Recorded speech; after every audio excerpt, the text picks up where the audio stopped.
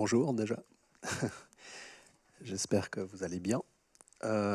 Oui, donc aujourd'hui, je vais vous parler de ce projet euh, qui est, qui est, qui est vraiment un projet interdisciplinaire, c'est-à-dire ça combine vraiment le côté artistique que le côté engineering, hard science, etc. Et le but, c'est vraiment de penser au rôle de ces machines dans le paysage sonore qui nous entoure. Donc comment ça se passe On a le côté scientifique, parce que évidemment je collabore avec des scientifiques, et c'est très intéressant, en tout cas au départ c'était très intéressant, parce que elles et eux, c'est vraiment le son qui nous entoure, c'est du bruit. Ils le décrivent comme étant du bruit. Les résultats qu'ils attendent de la recherche, ce sont des résultats rigoureux et attendus, c'est-à-dire qu'en gros, c'est assez intéressant parce que quand on parle avec ce genre de...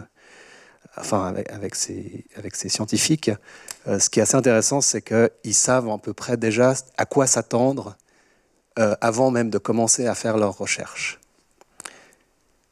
Et de l'autre côté, donc du côté des arts et du design sonore, on ne parle pas de bruit, on parle de son.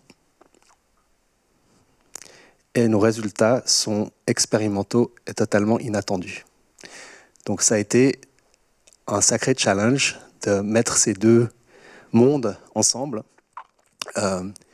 Mais les résultats, en fait, sont très inattendus, dans le sens que le côté, je dirais, scientifique des choses a vraiment trouvé que l'approche était extrêmement intéressante et pouvait les aider à développer des choses qui étaient expérimentales et inattendues.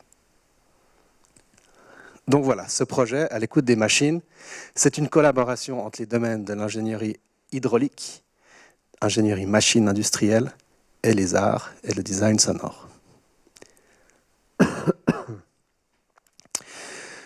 Un petit background des textes, ou en tout cas des pistes de recherche pour essayer de penser à tout ça. On pense à Pauline Oliveros et son idée de deep listening. Donc deep listening, c'est vraiment l'idée de se dire qu'il y a une distinction entre entendre et écouter. Donc Oliveros insiste sur le fait que l'oreille entend toujours, le son nous parvient de façon involontaire, tandis que écouter est un acte intentionnel, une attention consciente portée à ce qui est entendu.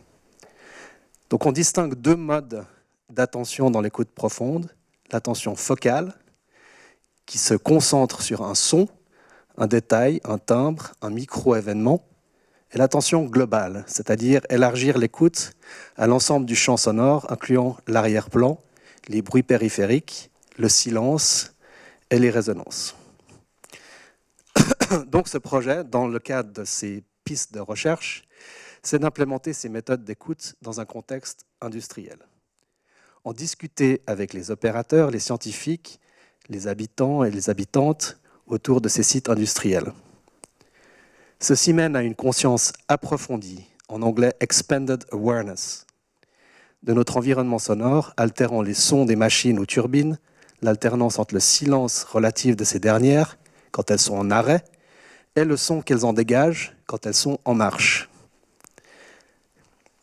On a aussi la littérature de Hildegard Westerkamp, qui est compositrice et théoricienne dans le champ de l'écologie acoustique, et propose une définition du soundscape, qui insiste fortement sur la relation, l'interaction, la perception consciente. Elle lie en fait le paysage sonore à l'art d'écouter. Donc ça, c'est très intéressant. Dans son ouvrage « Linking Soundscape Composition and Acoustic Ecology », elle précise que composer avec le son environnemental amène un dialogue entre les sons enregistrés et l'artiste, et aussi entre ces sons et les auditeurs. Donc pour Westerkamp, c'est l'acte de faire attention, de capter, d'enregistrer, de restituer, qui transforme un espace sonore en soundscape. Donc voilà un peu pour le background, je dirais recherche, mais c'est très important dans un projet comme ça, d'avoir les pistes qui permettent de lier les arts et la science. Donc, pour résumer, on part d'une perception auditive purement technique, j'en parlerai un peu après,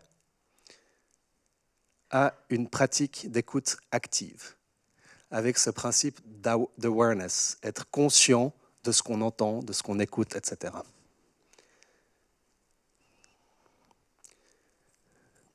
Pour un scientifique, un micro de mesure, et c'est là où c'est aussi très intéressant techniquement, c'est que nous, en tant que sound designer ou sound artist, ou enfin, peu importe, on utilise des microphones qui permettent d'enregistrer l'environnement, etc. Un micro de mesure, il va enregistrer en fait des données. Mais ce qui est très intéressant, c'est d'utiliser un micro de mesure pour enregistrer du son. Donc voilà, déjà on voit le lien entre les deux choses. Pour un artiste sonore ou un sound designer, l'enregistrement audio immersif va amener du son. Pour un scientifique, un accéléromètre, donc un accéléromètre, c'est en fait, c'est un micro qui permet d'enregistrer les vibrations d'une machine, va générer des données. Pour notre communauté, un accéléromètre va générer du son.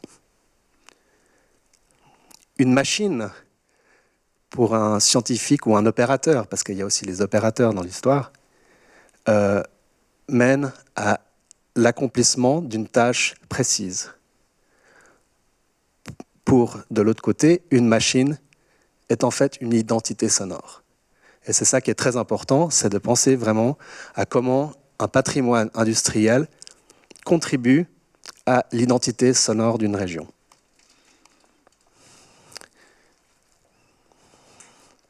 Donc on passe en fait presque, en faisant cette translation entre les deux environnements, un environnement purement technique vers, en reprenant les théories de Pauline Oliveros, vers un environnement contemplatif, c'est-à-dire prendre le temps d'écouter, se dire qu'une machine, ce n'est pas forcément quelque chose qui génère du bruit, mais qui peut générer du son, et ce son peut même être agréable, peut même être contemplatif, immersif. Il y a plein d'aspects qu'on peut mettre à côté de tout ça.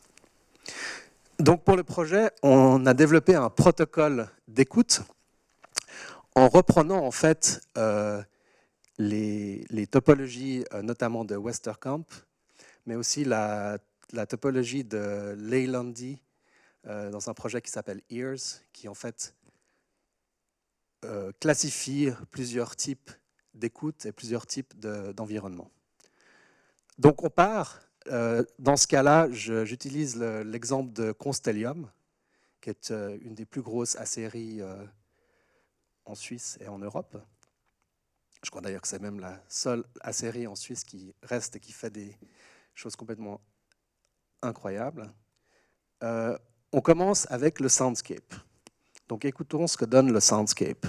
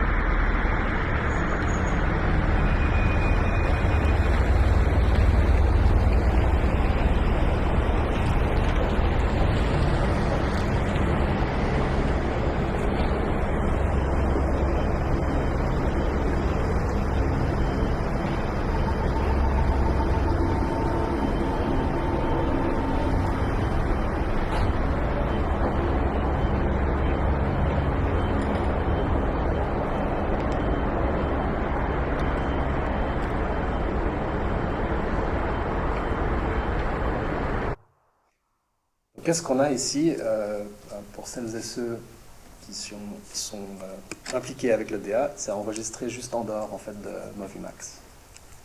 Et ce qui est hyper intéressant, c'est qu'en fait c'est un environnement qui est extrêmement bruyant. Pourquoi ? Parce qu'en fait on entend l'usine, le bourdonnement de l'usine de Constellium, et on entend de temps en temps le son de la scie qui coupe en fait les profilés d'acier. Quand on entend comme ça, en fait, c'est cette scie ou cette série de scies qui tourne 24 heures sur 24. Et ça fait vraiment partie du paysage sonore du lieu. Maintenant, on se rapproche gentiment dans notre exploration. On se rapproche gentiment, pardon, j'avais oublié mon micro. On se rapproche gentiment de l'usine en tant que telle. Donc là, on va écouter ce que ça donne à l'intérieur de l'usine, donc quelques centaines de mètres plus loin.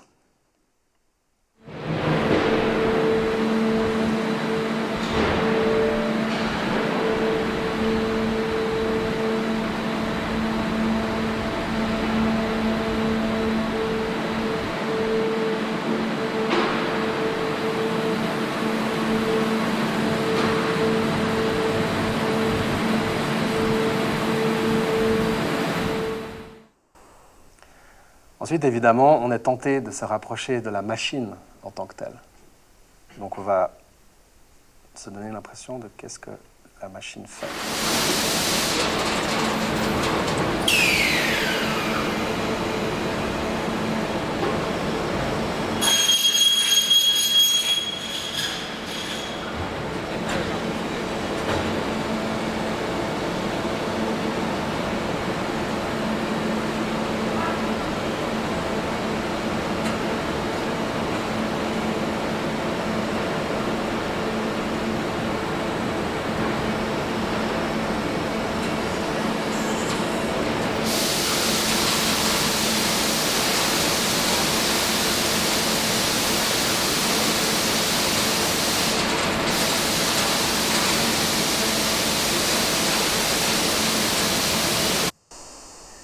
J'accélère un peu. Ensuite, on a la chance, ça fait partie évidemment du projet, de pouvoir carrément rentrer à l'intérieur de la machine et écouter comment ce que certains éléments de cette machine génèrent comme son.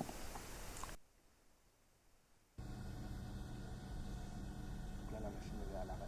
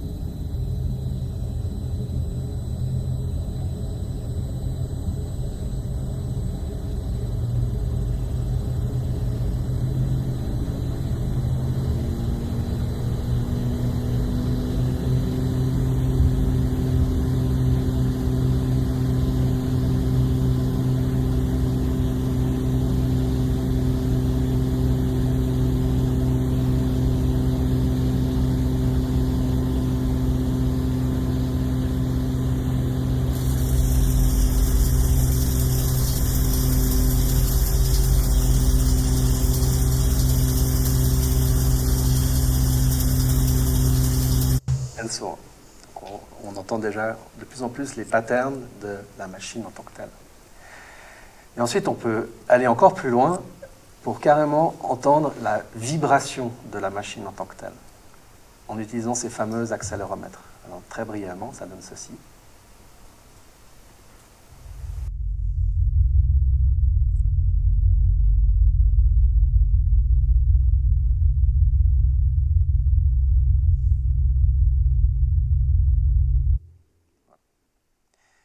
Et finalement, donc on a ce parcours sonore qui nous permet d'aller explorer en fait toutes les facettes de cet environnement. Et finalement, il faut évidemment ne pas oublier l'humain dans l'histoire, qui est en fait souvent l'opérateur de la machine, et ça fait partie justement de la transmission de ce patrimoine industriel. Et l'humain va venir avec des témoignages qui sont parfois, alors j'en ai tout plein, j'en ai choisi juste un parce que sinon on en aurait pour des heures, mais qui vous donnent en fait des indications qui sont extrêmement intéressantes. Un peu, t'as le chemin de la plage qui amène derrière, moi j'ai la rue parallèle dessus. Et quand en été ils ont les portes ouvertes et qu'il y a une lame de scie qui scie mal, qui vibre, parce qu'une scie qui scie bien, ça fait du bruit mais ça vibre pas. Une qui vibre mal, j'ai l'envie de descendre et de changer la lame. Mais je suis le samedi soir sur la terrasse, parce que ça pousse jusque là-bas. Voilà cet environnement. Voilà cet environnement, merci Romain, qui est répertorié, etc. Donc l'apport, c'est que le son des machines est une succession de boucles, de patterns, qui sont identifiables si on les focalise du macro au micro. Donc macro, ça sera le soundscape, au micro, jusqu'à la vibration en tant que telle de la machine. Comme une palette sonore variée qui nous permet d'identifier une identité sonore unique qu'on appellera soundmarks. Donc en fait, le but aussi de ce projet, c'est de créer un corpus de boucles, de sonic prints, qui permettent de créer des pièces sonores électroacoustiques, des sculptures sonores, en lien avec le côté, évidemment, scientifique. Brièvement, c'est très important dans ce contexte de dissocier les données versus l'écoute. Donc les données, c'est des choses qui sont brutes, qui sont souvent en fait des graphiques, c'est pas forcément du son. La machine parle à la machine. Donc en fait, c'est un espèce de cercle vertueux qu'il faut prendre en compte, surtout avec l'industrie 4.0, où en fait les machines deviennent de plus en plus autonomes et font de moins en moins de bruit, ou en tout cas on n'entend plus, ou de son, où on n'entend plus en fait ce qui se passe. L'écoute, c'est se poser déjà pour commencer, analyser finement, transmettre. La machine en fait parle à l'humain, et l'humain parle à la machine. Et la machine parle aussi à la machine. Donc c'est toute une boucle comme ça qu'il faut prendre en compte quand on fait ce genre de projet. Donc l'oreille est très important comme apparatus de mesure. Elle permet une maintenance prédictive de machine, elle permet de détecter des erreurs, elle permet de détecter des usures. Des études très sérieuses ont démontré qu'un opérateur expérimenté peut détecter juste à l'oreille 70% des imperfections et des erreurs. Et le but de ce projet, c'est justement de montrer qu'il ne faut pas que ce genre de connaissances se perdent, notamment avec l'IA. Donc, un des buts aussi du projet, c'est d'étudier si la plongée dans la machine permet encore d'augmenter la fiabilité de l'écoute. Et les résultats préliminaires montrent que probablement oui. Aussi, et ça c'est en lien avec l'intelligence artificielle, je ne vais pas passer trop de temps là-dessus parce que le temps passe très très vite. Ça c'est un travail qui a été fait avec des machines hydrauliques, donc des vannes hydrauliques, dans des barrages, mais aussi en laboratoire, juste à côté. D'ailleurs, il faut aller voir une fois, il y a en fait toute une simulation de tout un barrage, de veines de cavitation, d'ouverture, de fermeture de vannes, etc. Donc l'idée, c'est d'enregistrer en immersif, par exemple, une ouverture et une fermeture de vanne. Ensuite, de sortir ce qu'on appelle des descripteurs, c'est-à-dire en fait une espèce de taxonomie, de dire ça c'est une ouverture de vanne, ça c'est une fermeture de vanne, etc. Et ensuite de mapper ces descripteurs à des mécanismes de synthèse et de sound design pour en fait rendre cette écoute beaucoup plus parlante pour n'importe qui écouterait ça.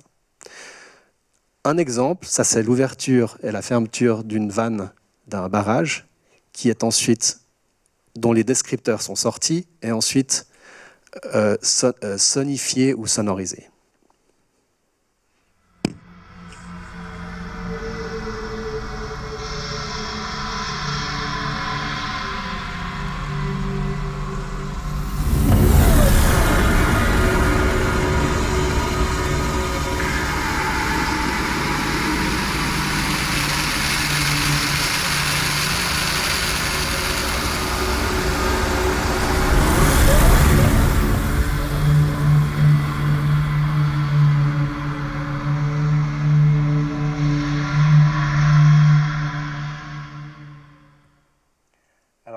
l'effet est légèrement hollywoodien, je vous l'accorde. Par contre, la description du mécanisme est en fait extrêmement parlante. Et d'ailleurs, on a travaillé avec des groupes de travail là-dessus, où des ingénieurs ont fait ce qu'on appelle des guessing games, où en fait on leur jouait des sons comme ça, et très immédiatement ils arrivaient en fait à déterminer qu'est-ce qui se passait, même s'il y avait un problème au niveau par exemple de la cavitation. Donc c'est le processus quand on envoie quelque chose dans un tube avec de l'eau, ben, il y a une usure qui se passe, et à partir du moment où l'usure est trop grande, ben, il y a des problèmes techniques. Finalement, ce genre de projet permet aussi de générer ce qu'on appelle des empreintes sonores. Ici, par exemple, c'est cette fameuse scie qui peut être un peu obsédante, mais l'empreinte sonore d'une scie, ça donne ça. Voilà. Et ça, c'est une empreinte sonore de justement une machine qui tourne. Voilà. Et cette succession en fait, d'empreintes sonores permettent de créer ce fameux corpus qui pourra être utilisé dans plein de modèles différents. Donc voilà, pour conclure, ce projet vraiment permet de démontrer que les machines industrielles, surtout les machines industrielles évidemment du canton du Valais, vu que c'est notre playground actuellement, sont vraiment un patrimoine sonore qui ne doit pas se perdre, qui va probablement sur le temps se perdre, mais il faut arriver à en fait le préserver et créer plein d'artefacts et autres choses qui permettront en fait de garder ça dans notre mémoire collective. La conclusion aussi très positive, c'est qu'au départ, la collaboration entre le côté scientifique, opérateur de machines, etc., était loin d'être gagnée. Et en fait, les opérateurs et scientifiques se sont rendus compte qu'en utilisant ces techniques d'enregistrement et de diffusion immersif, ils étaient capables d'entendre des choses qu'ils n'avaient jamais entendues d'avant, certains avec plusieurs dizaines d'années de carrière. Donc voilà la conclusion de tout ça, et évidemment ce projet va continuer, on l'espère, dans le cadre de l'EDA et de la HESSO. Merci.